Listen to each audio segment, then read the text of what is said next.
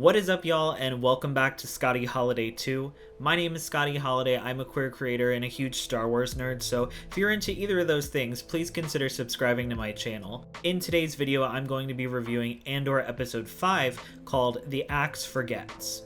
Now, this episode had a lot of tension throughout, and it really felt like the calm before the storm. I love how the Andor series continues to explore the gray areas in Star Wars, blurring the lines between good and evil, and this episode was no exception. Before I get into my review, please make sure to like the video and leave a comment letting me know what you thought of Andor Episode 5. I'm putting out weekly reviews for each new episode of Andor as they air, so make sure you're subscribed so you don't miss out. I've put a link in the cards and the description so you can check out my previous episode reviews if you're interested as well. Now, let's dive into this episode.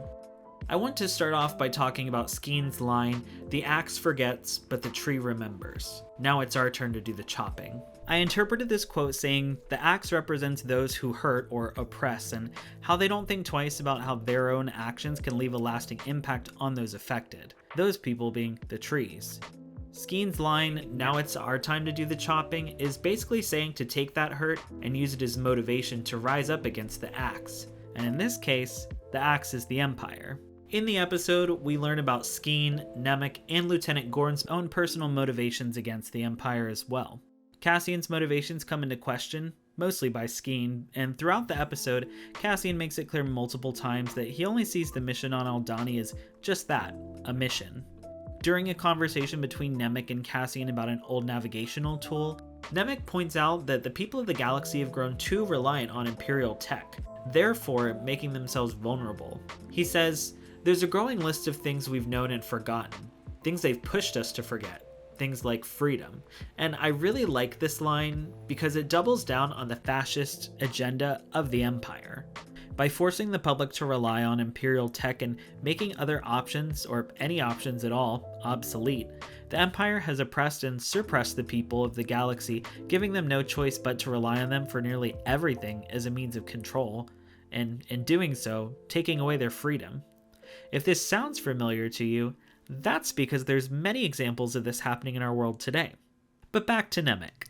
I love him as a character overall. He's a dreamer and he's fighting for what's right. I love the conversation he has with Cassian about the navigation device and the manifesto he's writing.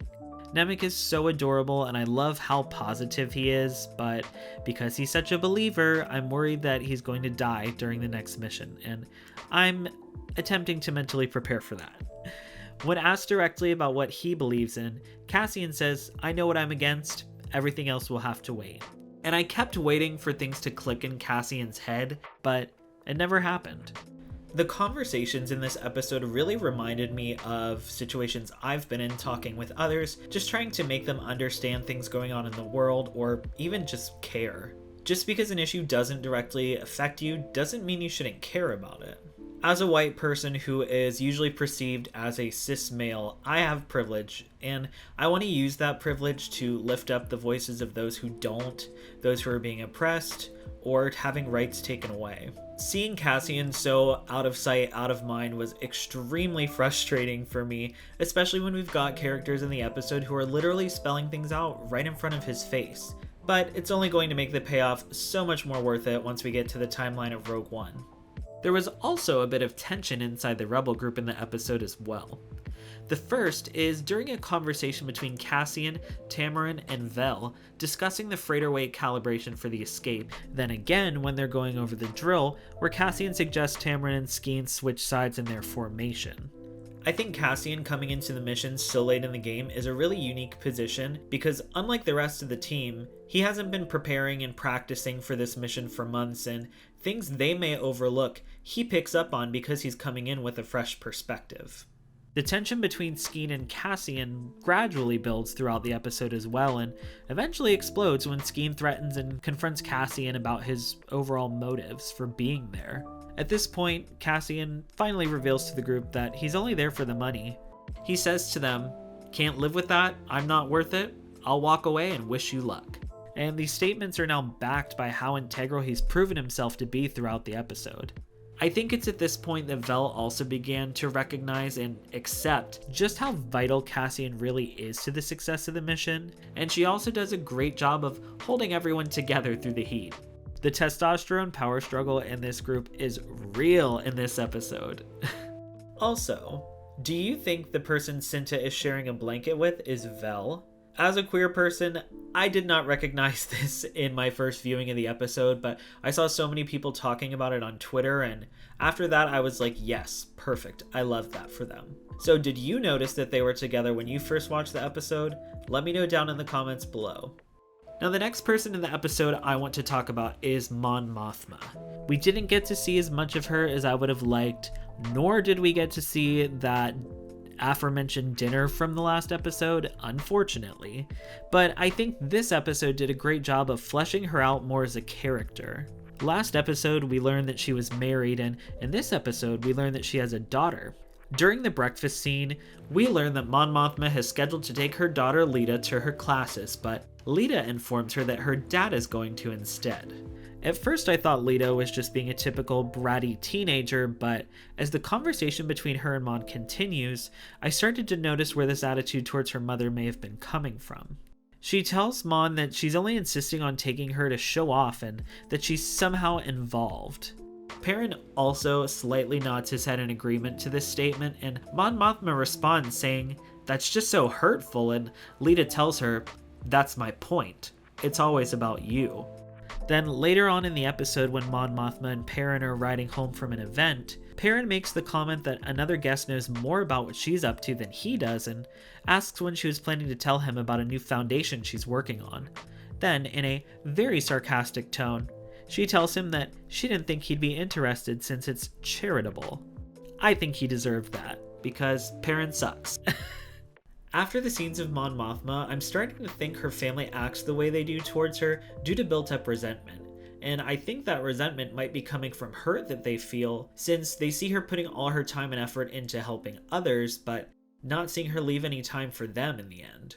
Now don't get me wrong, I still think Perrin sucks and Lita is a total brat, and what Mon Mothma is doing will eventually help so many people in the galaxy, but at what cost? Will it be at the cost of her family? This could be the sacrifice she has to make to fully commit to the fight against the Empire. Once again, this show continues to explore that gray area so well, and I am so here for it. Another character we get a more in-depth look at is Syril. The episode starts off with a scene of him staring out the window of his room, and then in a close-up shot of his face, we can see him holding back tears. As the episode continues, we also get to learn more about his relationship with his mother and her personality. In their scenes together, it seems all she cares to know is what his prospect for the future is. She doesn't seem to show any empathy towards him, nor many other traits you'd expect a parent to show their child if they were in the same situation as Syril. She even makes a comment to him about slouching and says, "You might as well wear a sign that says, 'I promise to disappoint you.'" Like, I'm beginning to think that Syril might be the way he is due to his relationship with his mother. Throughout the past 2 episodes, I feel like we're seeing him go through the 5 stages of grief over his actions that led him to losing his job and the whole corpo shutdown. By the end of episode 5, I feel like we've arrived at anger, and it seems like he's planning to take it all out on Cassian as he stares into his hologram at the end of the episode. As I mentioned before, this show is consistently exploring our characters in this gray area, because even though we know Syril is an antagonist, the scenes of him in this episode made me feel sympathetic towards him. Now, moving on to the Empire, we get to see Lieutenant Gorn on the inside and the Rebels' plan falling into place. We're shown that Lieutenant Supervisor Blevin hasn't wasted any time taking over and setting up an Imperial presence on Ferrix. Then we also get an update with my bad girl Dedra. Even though she was denied the Ferrix information and told to stick to her actual job in episode 4, Dedra's determined to find evidence of the rebel activity she suspects happening around the galaxy. I love how she admits she has no idea what she's doing in her search, and then how her assistant backs her up and reassures her. I'm pretty sure her assistant is also her gay bestie, and I love the two of them together. I'm also curious as to why we see her popping pills. Like, that moment had to be included on purpose, right? The last thing I wanted to mention was the conversation between Luthen and Kleya in the gallery. Luthen is stressing, so Kleya tells him that Vel's team is either going to be okay or that they're not, and in an attempt to calm him, she tells him only Vel traces back to them, which Luthen corrects and mentions Cassian, of course. I'm still speculating that there's more to Vel and Luthen's relationship than the story is letting us in on, and as I said in my episode 4 review, I think Vel might be Luthen's daughter.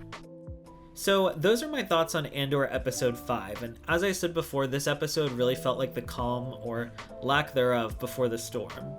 I'm very excited and nervous to see the mission go down on Aldhani, and hopefully we'll see that next episode. But what are your predictions for episode 6? Do you think everyone on Vel's team will survive the mission, and if not, who do you think's gonna die? Let me know down in the comments below, or hit me up on Twitter so we can chat more about it. I'm putting out weekly reviews for each episode of Andor as they air, so make sure you're subscribed so you don't miss out. And once again, I've put a link to my Andor Series playlist in the description below and on this video end screen so you can check it out as well. Your support means so much to me, and I really appreciate it so much. Please make sure to like this video and consider subscribing to my channel for more Star Wars content. To keep up with my latest updates, you can follow me on Twitter and Instagram. The links are in the description below. Thank you so much for watching, and as always, may the Force be with you.